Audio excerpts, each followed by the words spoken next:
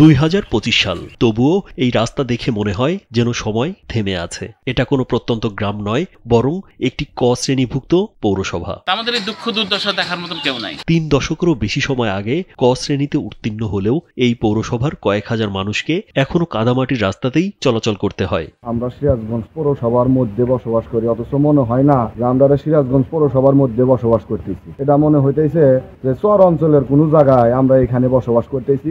আর সামান্য বৃষ্টি হলেই রাস্তায় হাঁটু পানি জমে। পয় নিষ্কাশন ব্যবস্থা না থাকায় বৃষ্টির পানির সাথে টয়লেটের পানি মিশে একাকার হয়ে যায়। ছড়িয়ে পড়ে দুর্গন্ধ। ডায়রিয়া, আমাশয় ও অপুষ্টিজনিত রোগে ভোগে এলাকার শিশু কিশোররা।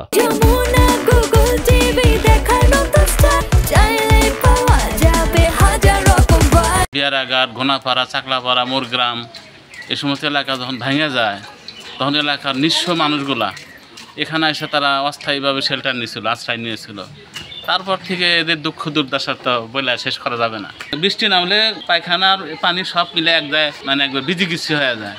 এলাকার মানুষ অপুষ্টি, সব ছেলেমেয়েরা রোগে ভোগে, নানা রকম অপুষ্টিতে ভোগে, নানা রকম অসুখে লেগেই থাকে। সিরাজগঞ্জ পৌর এলাকার মিরপুর ওয়াবদা বাঁধের পশ্চিমে রেলেকুঠি থেকে চর রায়পুর রেলেকুঠি পর্যন্ত প্রায় 750 মিটার রাস্তাতে এমন দুর্ভোগ পোহাতে হয় 3টি মহল্লার বাসিন্দাদের। এই রাস্তা দিয়ে প্রায় 5-7 গ্রামের লোক চলাফেরা করে। এই রাস্তা প্রায় 30 বছর যাবত এইভাবেই আছে। বৃষ্টি নামলে কেউ হাঁটতে পারে না, মসজিদে যেতে পারে না, এখান থেকে আঁটু পানি উঠে যায়। এখানে 13 নম্বর ওয়ার্ড আছে, 13 নম্বর ওয়ার্ডের কাউন্সিলররা কোনো কিছু ক্ষেত্রে করে না। রাস্তার কোনো এখানে একটা ইট ফেলায় না, আমার বালু ফেলায় না, একটা বস্তা দেয় না, কোনো কিছু দেয় না।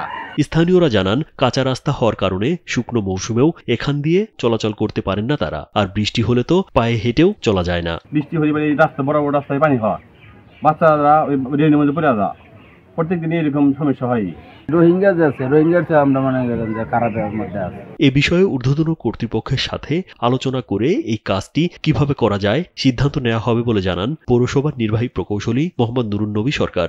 রেলিকুটির রাস্তার বিষয়ে আমাদের নলেজে আছে, ওখানে লোকজন দুর্যোগের মধ্যে আছে এবং ওই রাস্তাটা এবং ওখানকার ড্রেন বাস্তবায়ন করা দরকার। আগামীতে আমাদের কর্তৃপক্ষ বা পৌর পরিষদে আলোচনা করে এই বিষয়ে আমরা কাজটা কত দ্রুত করা যায় এবং কিভাবে করা যায় সেই বিষয়ে আমরা